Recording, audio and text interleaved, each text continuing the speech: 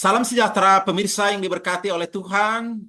Umat-umat Tuhan daerah Sumatera kawasan utara senang bertemu kembali dalam pekan doa malam yang kedua malam hari ini. Kiranya berkat dan kasih Tuhan selalu kita rasakan dalam kehidupan kita. Malam hari ini kita akan lanjutkan pekan doa untuk malam yang kedua. Pembicara kita pada malam ini adalah Bapak Harbi, pemimpin komunikasi Jemaat Gatot Subroto Medan.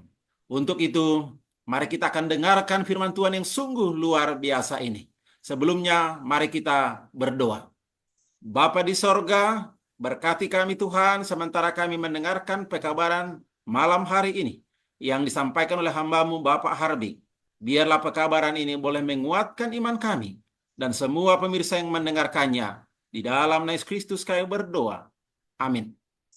Baiklah, selamat malam Pak Harbi. Kami persilahkan boleh menyampaikan renungan bagi kita pada malam hari ini. Kami persilahkan.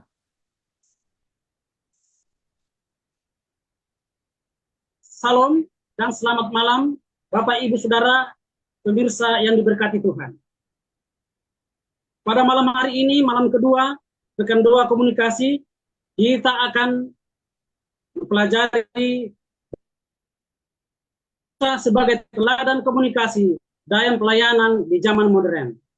Malam sebelumnya, kita telah diingatkan bahwa gereja sebagai pusat misi harus memanfaatkan komunikasi yang baik dan pelayanan media yang efektif. Dukungan dari tulisan Ellen G. White dan dasar Alkitabiah memberikan landasan yang kokoh bagi gereja untuk bergerak maju dengan memanfaatkan teknologi media yang modern. Bapak Ibu Saudaraku, pada zaman ini kita harus tahu memanfaatkan bagaimana pentingnya komunikasi dan memanfaatkan teknologi yang tinggi. Sebagai ayat inti pada malam hari ini, di dalam Keluaran 4 ayat 11 dan 12 yang mengatakan demikian. Siapakah yang membuat lidah manusia? Siapakah yang membuat bisu atau tuli? Membuat orang melihat atau buta? Bukankah aku? Yakni Tuhan. Oleh sebab itu, pergilah. Aku akan menyertai lidahmu dan mengajar engkau apa yang harus kau katakan. Di hari kedua dalam pekan doa komunikasi ini, kita akan merenungkan tentang kehidupan Musa, seorang nabi besar dalam Alkitab yang tidak hanya dikenal sebagai pemimpin besar, tetapi juga sebagai komunikator yang ulung.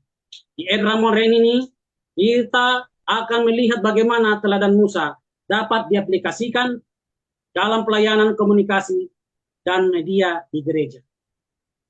Firman Tuhan katakan dalam buku Keluaran 33 ayat 11, dan Tuhan berbicara kepada Musa dengan berhadapan muka, seperti seorang berbicara kepada sahabatnya.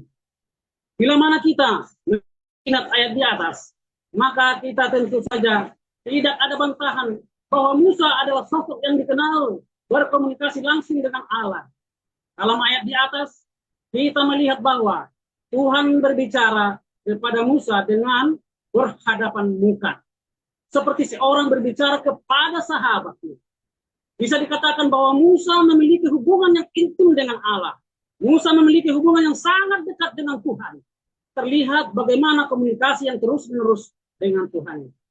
Kita pun Bapak Ibu dapat memiliki hubungan yang intim, yang tentunya hubungan ini diwarnai dengan komunikasi yang intim dan terus-menerus melalui doa kita dan komitmen untuk selalu melayani Dia. Sebagai pengurus gereja atau pemimpin komunikasi media, ketua pemuda PEN, bahkan semua anggota jemaat, kita harus memastikan kehidupan doa hubungan kita dengan Tuhan terjaga dengan baik. Sebab itu, komunikasi kita harus lahir dari hubungan yang sehat dengan Allah. Dikatakan dalam buku Keluaran 4 ayat 10 dan 12. Lalu kata Musa kepada Tuhan, Tuhan, aku ini tidak pandai berbicara, dahulu pun tidak, dan sejak engkau berfirman kepada hamba-hambamu pun tidak, sebab aku berat mulut dan berat lidah. Tetapi Tuhan berfirman kepadanya, siapakah yang membuat lidah manusia? Siapakah yang membuat orang bisu atau tuli? Orang melihat atau buta? Bukankah aku, yakni Tuhan? Oleh sebab itu pergilah, aku akan menyertai lidahmu dan mengajar engkau apa yang harus kau katakan. Inilah ayat inti kita pada malam hari ini yang harus kita renungkan di dalam hati kita. Musa awalnya merasa tidak mampu berbicara di hadapan Fir'aun karena berat mulut dan berat lidah. Dalam Keluaran 4 ayat 10 dikatakan, namun Tuhan memberikan jaminan serta penyertaan bahwa Dia akan memperlengkapinya. Bila mana Bapak Ibu Saudaraku menghadapi tantangan, mari kita hadapi dengan iman. Dalam pelayanan media komunikasi, kita mungkin merasa kurang mampu atau tidak cukup berbakat. Namun seperti Musa, kita harus percaya bahwa Tuhan memperlengkapi kita untuk tugas yang diberikan. Dan seterusnya Bapak Ibu, yang harus kita perhatikan adalah pelatihan dan penyertaan. Mendapatkan pelatihan memang penting, pengetahuan yang tepat memang penting, tetapi yang lebih penting, yang lebih mendasar adalah penyertaan Tuhan. Kesediaan kita untuk diubah dan diajar oleh Tuhan adalah kunci. Dalam buku Ellen G. White, kita para nabi dan bapak menuliskan, otoritas Musa sebagai pemimpin terbesar Israel dinyatakan oleh cara intim dan langsung alami, di mana Allah berbicara kepadanya. Pas sunyi di karang Arabia, di hadarat Tuhan, dan dalam cara yang luar biasa ini pula, yang akhirnya Musa dipersiapkan untuk memimpin umat Allah. Lihat halaman 211. Bapak Ibu Saudara dan pemirsa yang diberkati Tuhan. Musa menjalani proses persiapan yang panjang sebelum dia memimpin bangsa Israel keluar dari Mesir. Dalam masa ini, Musa belajar mendengar suara Tuhan dengan jelas dan menjalankan perintahnya dengan tekun. Kesetiaan hal kecil. Sebagai komunikator dan pelayanan media di gereja, kita harus setia dalam tugas kecil yang Tuhan berikan terlebih dahulu, sembari terus belajar dan beradaptasi. Pembelajaran berkelanjutan sama seperti Musa yang mengalami proses perbaikan dan pelajaran terus-menerus, dan dengan kita harus terbuka untuk pembelajaran berkelanjutan. Dapat kita simpulkan indah tentang bagaimana seorang komunikator Kristiani harus berhubungan dengan Tuhan, mengatasi keterbatasan dengan iman dan kesabaran dalam persiapan serta pelayanan. Dalam Matius 28 ayat 19 sampai 20, Yesus memberi amanat agung kepada murid-muridnya untuk pergi dan memberitakan Injil kepada segala bangsa. Pelayanan ini sangat bergantung pada komunikasi yang efektif dan penggunaan media yang tepat di zaman modern ini.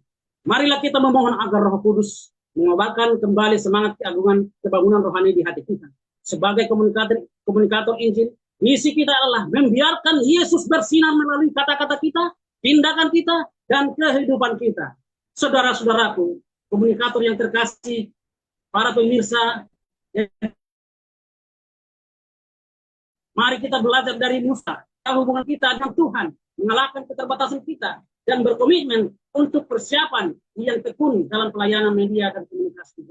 Marilah kita berdoa agar Tuhan memperlengkapi dan membimbing kita sebagai Dia membimbing Musa, sehingga melalui pelayanan kita banyak jiwa akan diselamatkan dan kerajaan Tuhan semakin berkembang. Terima kasih, Tuhan memberkati. Mari kita berdoa. Bapa di surga, terima kasih Tuhan atas firman Tuhan yang boleh kami dengarkan pada malam hari ini. Engkau mengingatkan kami Tuhan, supaya kami boleh mempersiapkan diri kami untuk pelayanan Injil. Walau kami Tuhan merasa kurang cakap ketika kami bekerja, namun Engkau berjanji, Engkau akan memperlengkapi kami dengan firman-Mu, sehingga kami boleh menyampaikan informasi yang lebih baik dapat kami gunakan di dalam pelayanan kami. Terima kasih Tuhan, biarlah firman-Mu ini boleh berkuasa atas diri kami. Kami menjadi pelaku-pelaku firman yang setia kepada Tuhan. Ubahkan hidup kami Tuhan. Dalam nama Yesus kami berdoa dan mengucap. Amin.